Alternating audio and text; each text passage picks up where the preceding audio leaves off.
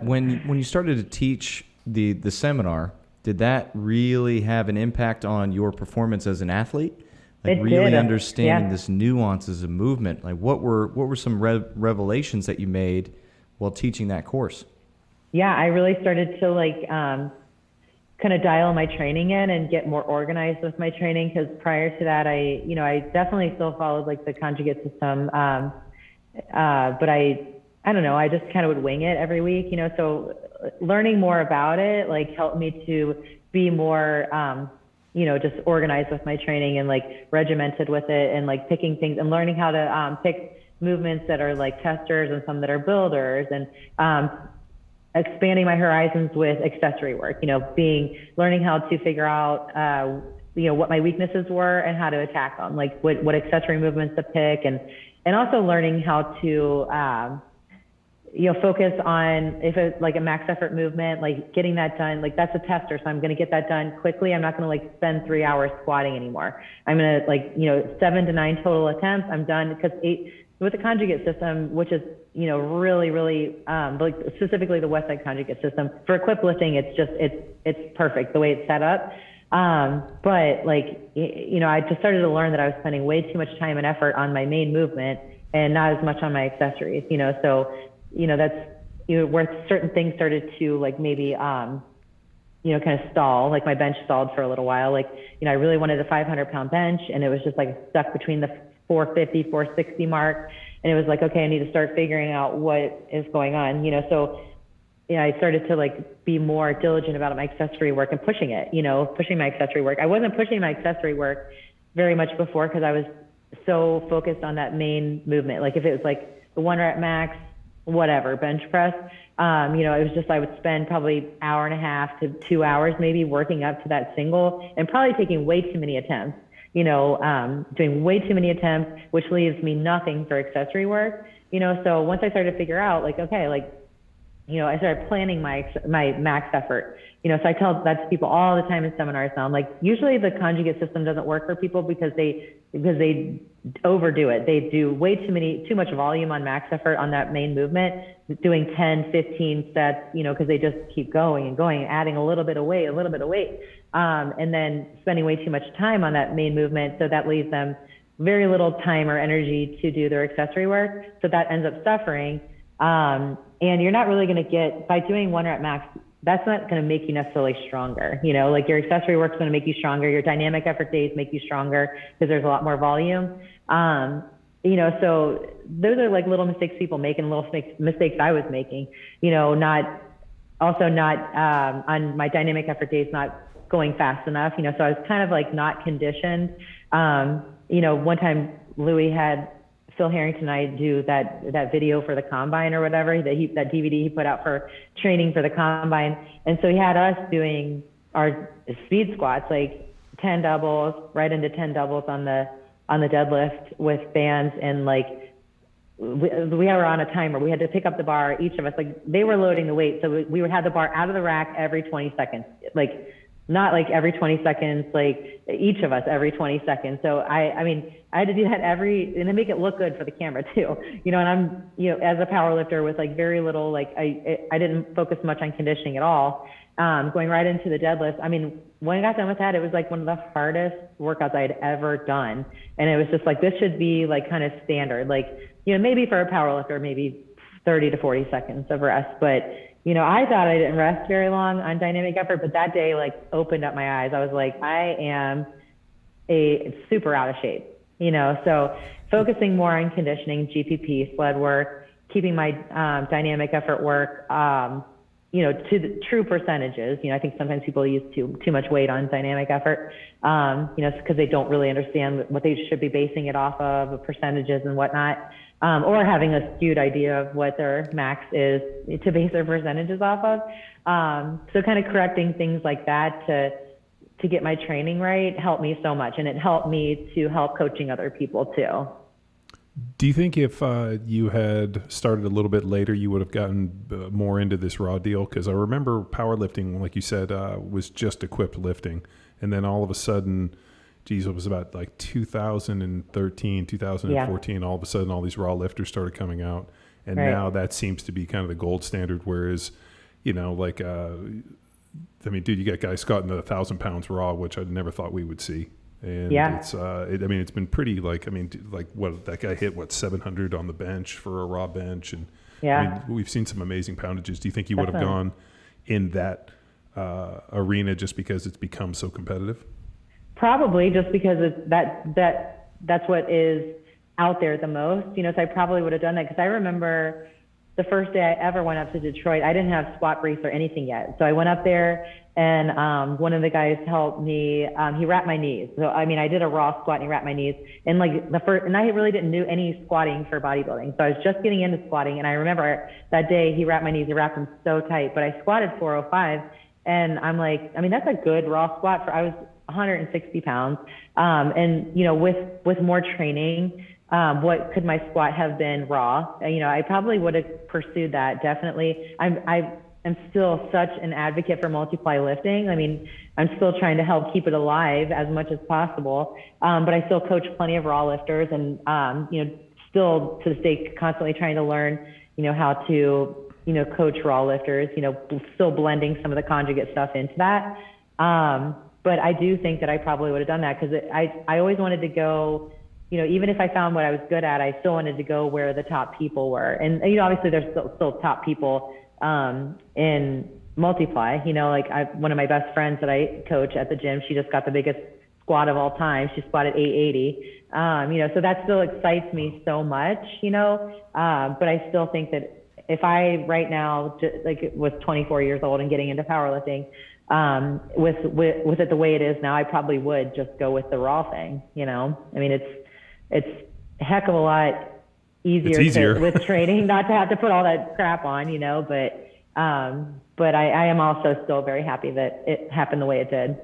I remember we did a max effort floor press, and I think I floor pressed like 500, and I remember AJ hit 505, and then when they did the next max effort, they put their shirts on, and AJ benched in like the nines. Yeah. It was like a 935. And I remember being like, holy shit, dude, like there's 400 plus pounds of carryover. I mean, there's so much technique and I mean, all the other stuff, but I just remember thinking like, fuck. And like the amount of time that these guys had to get, like it took them to lift, because it, you know, and even the shirts are open in the back, but to get them on in this, I mean, it was like an all day deal. I mean, these guys were coming in with like roller bags just for all the gear they had. All the gear, definitely. My duffel bag was huge. And now they make a shirt that's like way beyond even what like I wore and what is still common.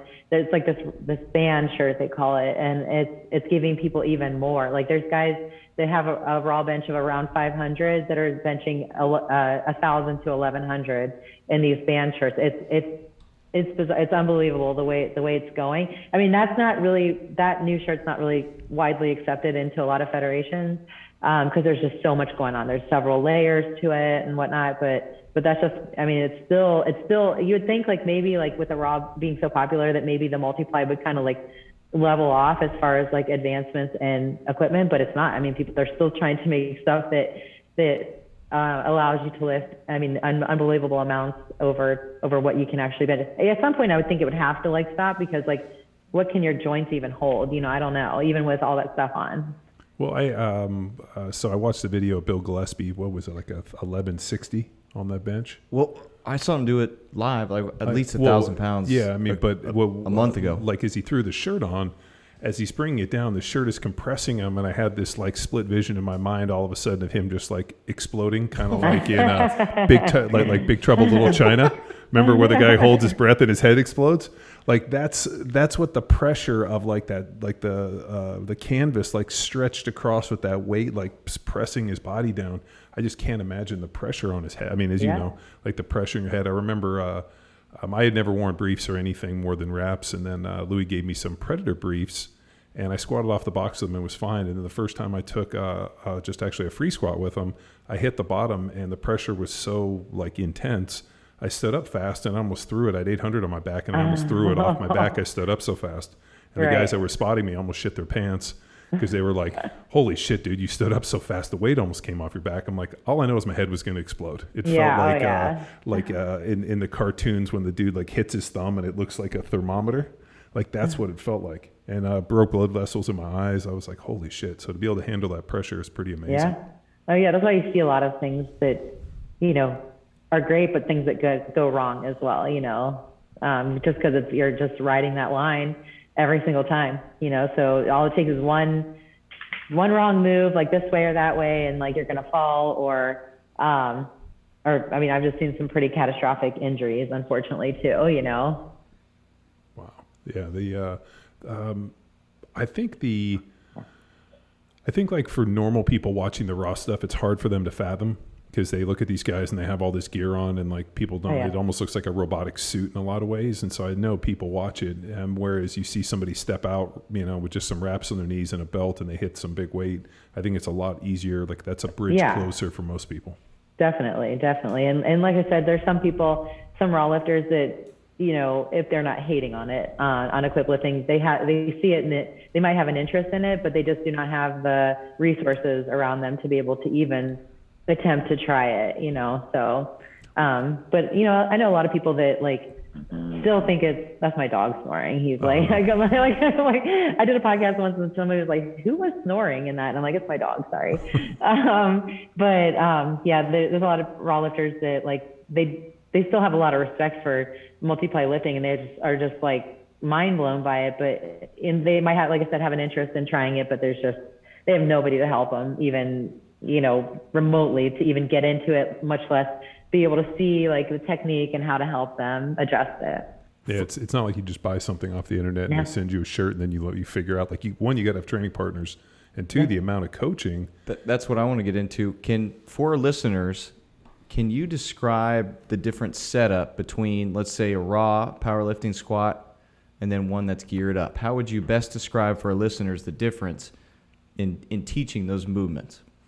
I mean, mostly it's the stance, like it's the stance and the technique. Raw lifters, for the most part, have a more narrow stance. But an equipped lifter, to get the most out of the equipment, because it's really stiff, like there's not a lot of give to it. So you get the most out of it by, like, let's say, sitting back into it. So the technique is there's no forward shin angle. You want your shin angle to be vertical from the front and from the side, for optimal leverage. And you have to hinge back. You have to hinge back and sit back into the suit, to the briefs or the suit or the combination of the both, to actually get it to like actually push you out of the hole. So if you were to like take a more narrow stance, like maybe knees forward a bit type of stance in the equipment, like to squat out of your quads, basically, like you're not going to get nearly as much out of the equipment, and it's going to throw. I mean, it's so tight, it's going to totally change your technique and throw you into like you're going to be bent over, hunched over, whatever. So that's why you see a lot of equipped lifters, they're wide stance, toes slightly turned out, and then they sit back really far into the gear. So their chest too is like, I always think of it as like when you pick the bar up, you want to keep your chest right where it's at and hinge back with your hips. So you're not going to be like, perfectly upright. I don't know how a lot of people that are that mobile to be perfectly upright in a wide stance, open their hips and just be straight up and down. So you're going to hinge. So the whole technique of the squat is like that. It's very different from a raw squat, very, very different. So it's, sometimes when people do transition from raw into equip, that's usually their hardest thing to grasp is, a higher bar, because you're going to kind of hold the bar, not necessarily high bar up on your neck, but on the shelf of your rear delts, basically. And then having that wide stance. And a lot of times too, like coming from a more narrow stance, a lot of times your hips and glutes are a lot tighter, unless you do a ton of mobility work. So a lot of times there's a lot of mobility work that has to be done to kind of transition into that wider stance. I luckily picked it right up. I didn't have any issues lingering from like years of raw squatting or anything like that. I kind of like went right into equipped squatting wide, and it felt natural to me, probably from flexibility and mobility from gymnastics growing up. Like it did not feel foreign to me to have my feet that wide and sit back. Like it felt completely natural. And, on the bench press is, I always tucked my feet back and I was on the balls of my feet and had a big arch. You can still do that raw. Like I didn't do a whole lot of shirted work in my training. I did a lot of raw training. For when I was competing, it was sort of like I understood the shirt, so it was like riding a bike. I didn't need to wear it all the time. I focused more on my raw my raw lifting, my raw strength. So I always still had the same setup and technique when I was lifting raw. It's just in a shirt, I touched a lot lower. Like I touched at my sternum with raw with a barbell. But when I was lifting in a shirt, I touched kind of mid stomach. Like you kind of have to, like you're not going to be able to, bring with a shirt being as tight as it is in the chest panel, you have to have a lower touch point. So your technique as far as like where you touch and then the press kind of drifting back a little bit is different in the equipment. But then the deadlift it's very similar. It's just, you don't get a lot out of equipment in the deadlift. Like there's nothing that they've made yet that is that advanced that gives you more than maybe 40 to 50 pounds out of a deadlift suit at most, I would say. So that technique doesn't really change a whole lot. It's just mostly getting used to having a strap that is so tight, straps that are so tight that you can get down into position and not like lose your technique. Freight train and I'm right on track. I'm smoking.